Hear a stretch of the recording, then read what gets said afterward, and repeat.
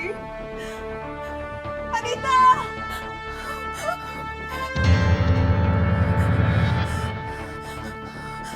अनीता, अनीता देखो ना अब तुम्हारे पापा को क्या हो गया है।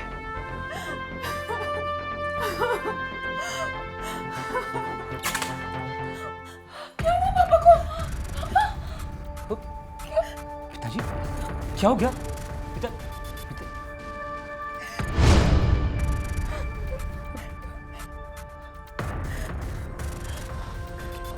ओह माय गॉड, ये तो मर चुके हैं। नहीं पापा, पापा उठो, पापा।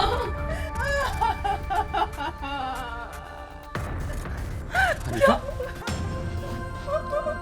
इनका सारा शरीर तो नीला पड़ गया है। इनको देख के ऐसा लग रहा है जैसे इनके शरीर में जहर फैल गया हो।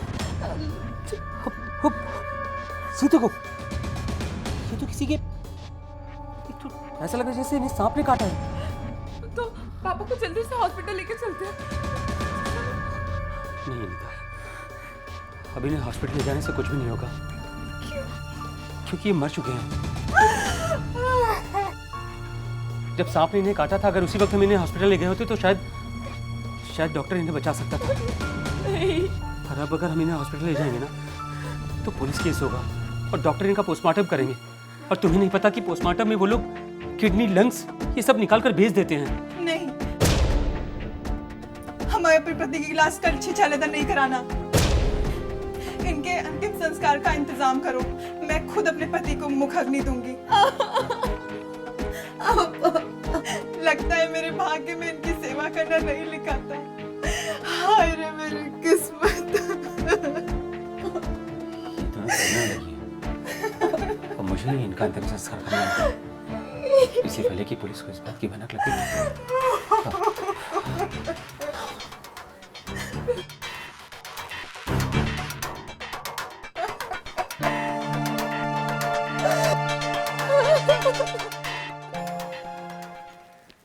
नमस्कार, आदाब और सत श्री अकाल। मैं अनामिका जायसवाल आप सबके सामने हाजिर हुई हूँ क्राइम स्टोरीज की नई सीरीज के साथ। जैसा कि आप सबने देखा कि मनोज की सांप काटने से मृत्यु हो चुकी है, लेकिन उसकी बेटी अनीता, उसको इस बात का बिल्कुल यकीन नहीं हो रहा है कि उसके पिता की मृत्यु हो चुकी है। वो अपने पति राजेश से कहती है उसके पिता को हॉस्पिटल ले जाने के लिए, पर राजेश का कहना यह है कि अभी उनकी मृत्यु हो चुकी है तो उन्हें हॉस्पिटल ले जाकर कोई फायदा नहीं है। और वो पुलिस को भी इन्फॉर्म नहीं करते हैं, वो सीधा ले जाके उनका अंतिम संस्कार कर देते हैं। पर अनीता को अब भी इस बात का बिल्कुल यकीन नहीं हो रहा है कि उसके पिता की मौत सांप के काटने की वजह से हुई है। उनकी मौत को 2 हफ्ते बीत चुके हैं, पर अनीता अब भी उनकी याद में रो रही है। पापा को मेरे आज 10 दिन हो गए, लेकिन आज भी मुझे ऐसा लगता है कि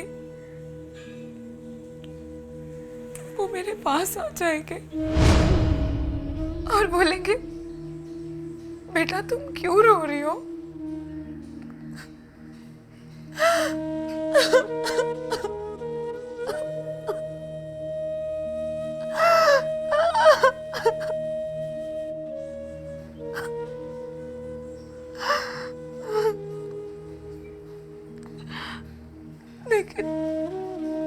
लेकिन सच तो ये कि मेरे पापा अब कभी नहीं आ पाएंगे। पापा मैं आपको कभी नहीं भूल पाऊंगी, कभी नहीं भूल पाऊंगी।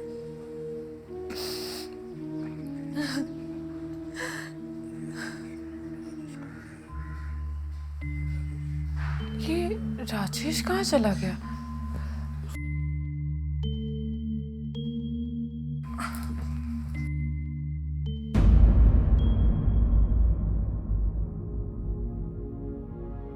निशा, मैं जब तुम्हारे पास होता हूँ ना, तो मन करता है कि बस तुम्हारे पास ही रहूं और हमेशा तुमको देखता रहूं, प्यार करता रहूं। तो फिर तेरी बीवी अनीता क्या करेगी? अरे यार, कौन सी बीवी, काहे की बीवी? अरे मैं उसको बीवी मानता ही नहीं हूँ। वो तो बस एक मजबूरी है, वो भी इसलिए कि ताकि उसके नाम पर मैं बेरोक टोक तुम्हारे पास आ जा सकूं। वरना मैं तो अब जिंदगी भर सिर्फ और सिर्फ तुमसे प्यार करना चाहता हूँ। यूँ छिप छिप कर मिलने से मुझे मज़ा नहीं आता। न जाने कब हम खुलकर मिल पाएंगे। क्या हमारे रिश्ते को दुनिया स्वीकारेगी? निशा, दुनिया जाए भाड़ में यार, मुझे तो बस तुम्हारी परवाह है।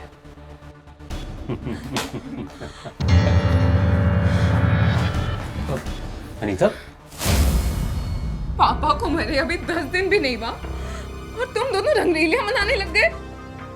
छी, मुझे तो तरस आता है तुझ पे कि तेरा पति तुझे छोड़ के मेरी बाहों में पड़ा है। इंसान से ना सही, भगवान से तो डरो। तुम और अपनी सास के साथ ही तुम इतना गिर जाओगे मैंने कभी नहीं सोचा था। अनीता, अनीता, अनीता, कैसी बात कर रही हो तुम? मुझ पर शक कर रही हो? अरे पागल हो गई हो क्या तुम? देखो, तुम्हें गलतफहमी हो रही है। एक काम करते हैं, हम दोनों अपने कमरे में चलते हैं, वहां बात करते हैं। आओ, चलो चलो, आ जाओ, चलो।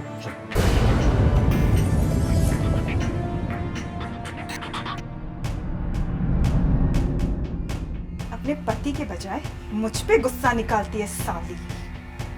तुम्हें रिश्तों की मर्यादा नहीं मालूम? इतना गिर गए हो कि अपनी सास के साथ ही रोमांस कर रहे हो? अनीता, पागल हो गई हो क्या तुम? कैसे बेवकूफों की तरह बात कर रही हो? ये बात समझने की कोशिश करो, बेवकूफ मत बनो।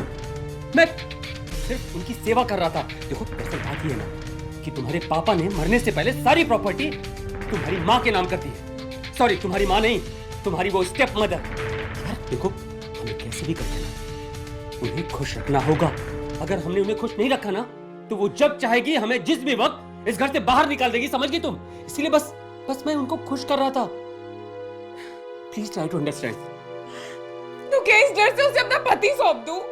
ये क्या पति पति लगा के रखा है? मैं समझा रहा हूं, तुम्हें समझ में नहीं आ रहा है? तुमसे तो बात करना ही बेकार है।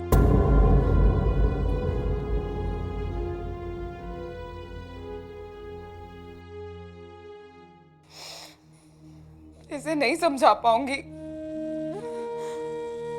लगता है अपना पिता तो खो ही चुकी हूँ, अब अपना पति भी खो दूंगी।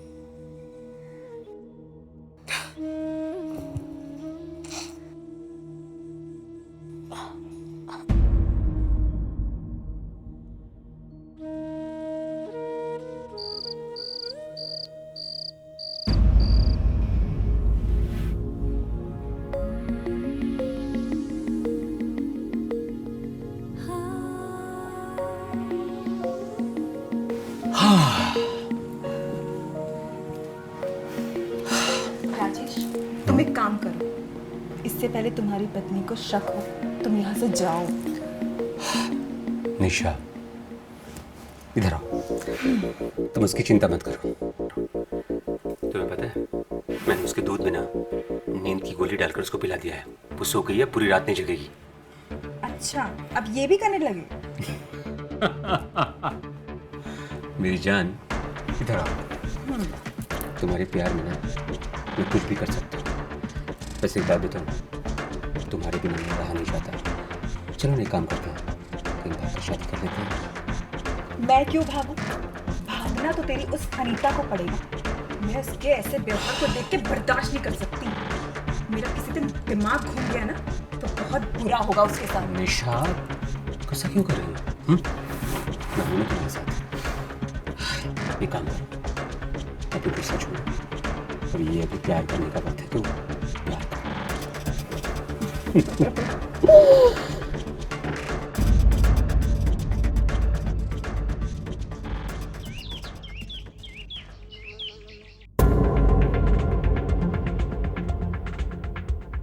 इस औरत का कोई भरोसा नहीं। कहीं इसने मेरे पापा को जहर देकर तो नहीं मार डाला था? आखिर मेरे घर में सांप कहां से आ गया? और कभी सांप तो नहीं निकला। ये लोग मेरे कहने पे भी पापा को हॉस्पिटल लेके जाने के लिए तैयार नहीं थे। जल्दी जल्दी में अंतिम संस्कार भी कर दिया। मुझे दाल में कुछ काला लगता है। कहीं निशा और राजेश दोनों ने मिलकर तो मेरे पापा को रास्ते से नहीं हटा डाला।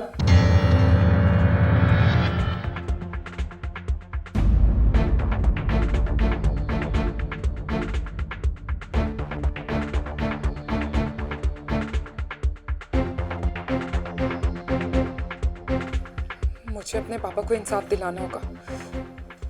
ये औरत झूठ बोल रही है। मेरे पापा को किसी सांप ने नहीं काटा है। मुझे पुलिस स्टेशन जाना होगा। पुलिस सच्चाई का पता लगा लेगी।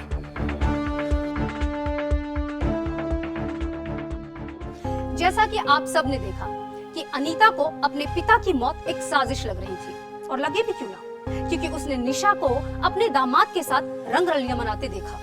उसका माँ पर से भरोसा ही उठ गया। और वैसे भी निशा अनीता की सगी माँ नहीं थी, उसकी सगी माँ तो पहले ही मर चुकी थी। उसके पिता मनोज ने 50 साल की उम्र में निशा की खूबसूरती देखकर उससे शादी की, और निशा ने मनोज की प्रॉपर्टी देखकर उससे शादी की। शादी के तुरंत बाद निशा ने सारी प्रॉपर्टी अपने नाम करवा ली, लेकिन उसका बूढ़ा पति उसे वो खुशियां नहीं दे पा रहा था जिसकी उसे जरूरत थी। और जब उसने अपने दामाद राजेश को देखा तो उसको अपने हुस्न के जाल में फंसा लिया। उसे लगा कि अनीता का पति उसे वो सारे सुख दे सकेगा जिसकी उसे जरूरत है। तो क्या निशा ने खुद अपने पति को मारा है? आइए देखते हैं। इंस्पेक्टर साहब, मुझे एक रिपोर्ट लिखानी है। पहले बताइए कि आप कौन हैं और क्या हुआ आपके साथ। मेरे साथ नहीं, मेरे पापा के साथ हुआ है। ठीक है, आप अपने पापा को लेकर आइए। वो तो अब इस दुनिया में नहीं है। वो मर चुके हैं। मर चुके हैं? कब मरे? करीब 10 दिन हो गए। 10 दिन हो गए और रिपोर्ट लिखाने के लिए अब आप आ रही हैं? क्योंकि अभी मुझे शक हुआ है कि उन्हें जहर देकर मारा गया था, और मेरी सौतेली माँ ने ही उन्हें जहर देकर मारा है। तो फिर तब आपने रिपोर्ट क्यों नहीं लिखवाई? और अब आप रिपोर्ट लिखवाने के लिए क्यों आई हैं? क्या आपके पापा की डेड बॉडी अभी सुरक्षित है? नहीं, उनकी बॉडी को उन लोगों ने जल्दी जल्दी में जला डाला, ये कहकर कि उनको सांप ने काटा था। तो तुम्हें तब रिपोर्ट लिखवानी चाहिए थी। अब बताओ, अब पुलिस क्या कर लेगी? बॉडी जल चुकी है, बिना पोस्टमार्टम के हम क्या कर सकते हैं? और अब तुम्हें यह ख्याल क्यों आ रहा है कि तुम्हारे पापा को जहर दे के मारा गया था? मुझे अपनी सौतेली माँ की हरकतें देखकर उन पर शक हुआ है। सॉरी, बिना सबूत के हम कुछ नहीं कर सकते हैं। तो क्या आप मेरा रिपोर्ट नहीं लिखेंगे? आप सबूत लेकर आइए, हम रिपोर्ट जरूर लिखेंगे। वैसे भी आपने काफी देर कर दी।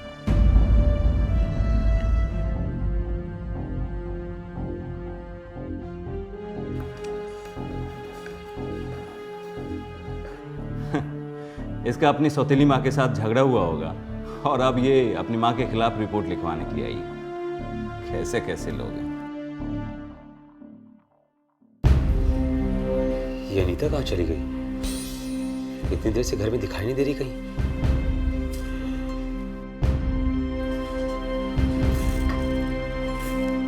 अरे अनीता, अब कहाँ चली गई थी तुम? कब से तुम्हें ढूंढ रहा हूँ। राजेश, तुमने मुझे जितना मासूम समझ के रखा है ना, उतनी मासूम नहीं हूं मैं। वो तो पापा के मरने की वजह से मुझे कुछ समझ नहीं आया, लेकिन अब मैं सोचती हूँ तो मुझे लगता है कि घर में सांप कहाँ से आ गया। जरूर पापा को जहर देकर मारा गया, इसीलिए उन्हें हॉस्पिटल लेके जाने के बजाय तुम लोगों ने उन्हें जल्दी जला दिया। कैसी बात कर रही हो तुम? पागल हो गई हो तुम? हाँ, बच्ची हो। अच्छा, खुद सोचो कि एक पत्नी आखिर अपने पति को जहर क्यों देगी? क्योंकि तुम्हारा उसके साथ नाजायज संबंध है, और इसीलिए तुम दोनों पापा को अपने रास्ते से हटाना चाहते थे ना। अच्छा, मतलब अब तुम्हें मेरे ऊपर भी शक है? हाँ, जिसका चरित्र इतना गिरा हुआ, इस पर कौन ही भरोसा करेगा। ठीक है नीता, तुम्हें जो भी सोचना है ना तुम सोचो, लेकिन एक बात बताओ, तुम ये बात कैसे प्रूव करोगी कि तुम्हारी माँ ने ही जहर देकर तुम्हारे पापा को मारा है?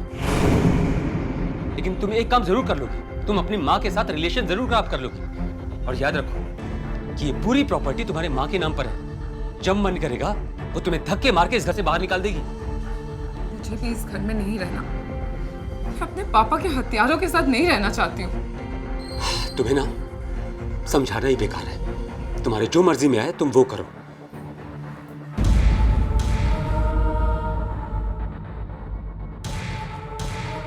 अब ये जरूर जाके उसको बताऊंगा। अब तुम्हें यह ख्याल क्यों आ रहा है कि तुम्हारे पापा को जहर दे के मारा गया था? बताओ, हम सबूत कहां से लाएंगे?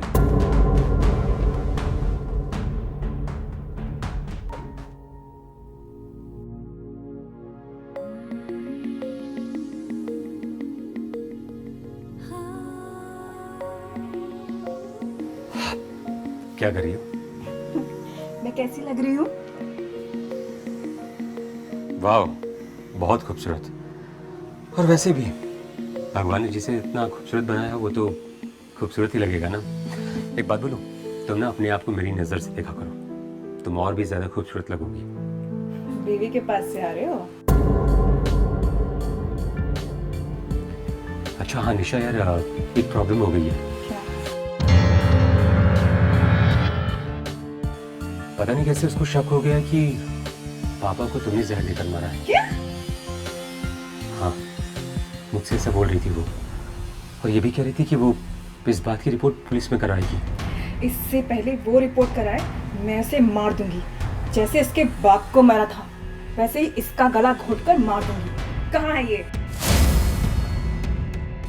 कमरे में क्या? चलो चल।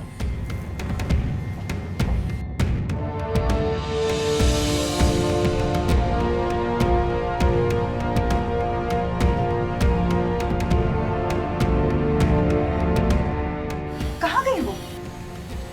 निशा, कहीं ऐसा तो नहीं कि पुलिस स्टेशन चली गई वो? सर ये देखिए, पता नहीं कैसे उसको शक हो गया कि पापा को तुमने जहर देकर मारा है। क्या? हाँ, मुझसे ऐसा बोल रही थी वो, और ये भी कह रही थी कि वो इस बात की रिपोर्ट पुलिस में कराएगी। इससे पहले वो रिपोर्ट कराए मैं उसे मार दूंगी। जैसे इसके बाप को मारा था वैसे ही इसका गला घोटकर मार दूंगी। हाँ, ये तुम्हारी माँ के खिलाफ सबूत बन सकता है। कांस्टेबल, चलो गिरफ्तार कर दो इसे।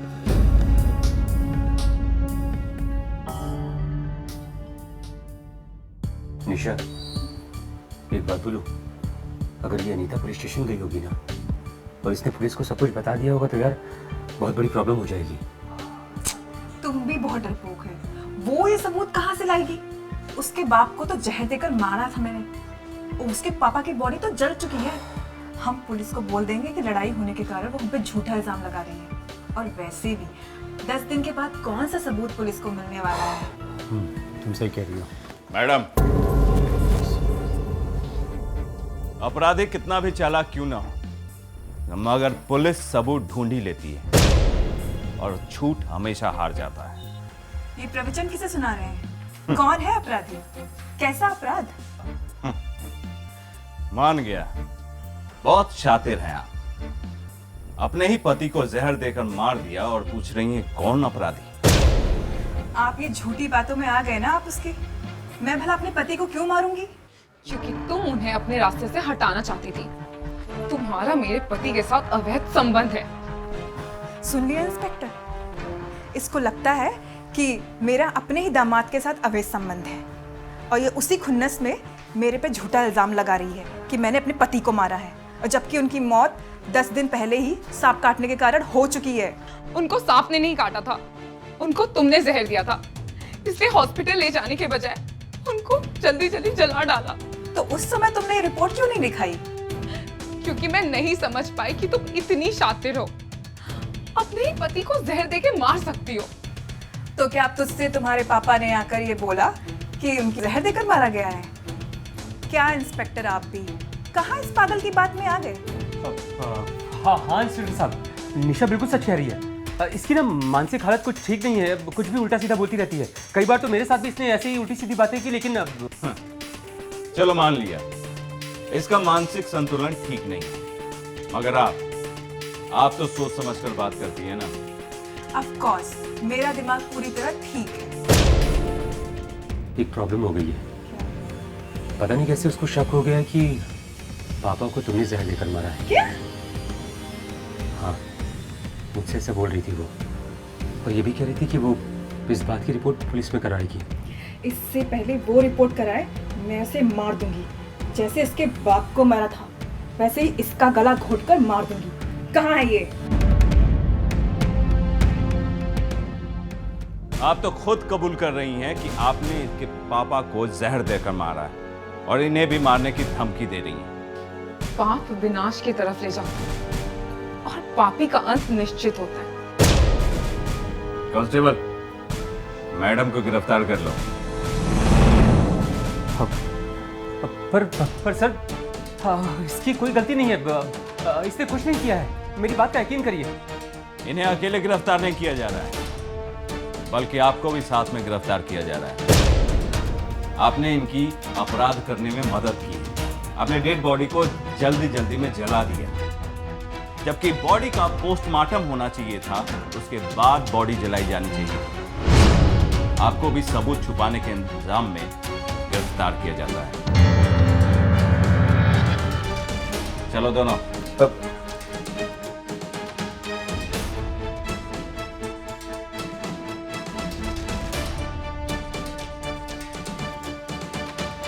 तो देखा आप सबने, उन दोनों ने एक पाप को छुपाने के लिए दूसरा पाप कर डाला।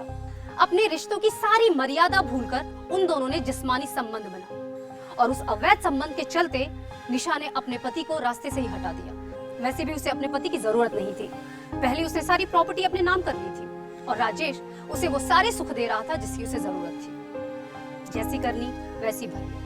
खैर, आज के लिए बस इतना ही। अगले हफ्ते आपसे फिर मुलाकात होगी एक नए एपिसोड के साथ। तब तक अपना ख्याल रखिए। जय हिंद, जय भारत।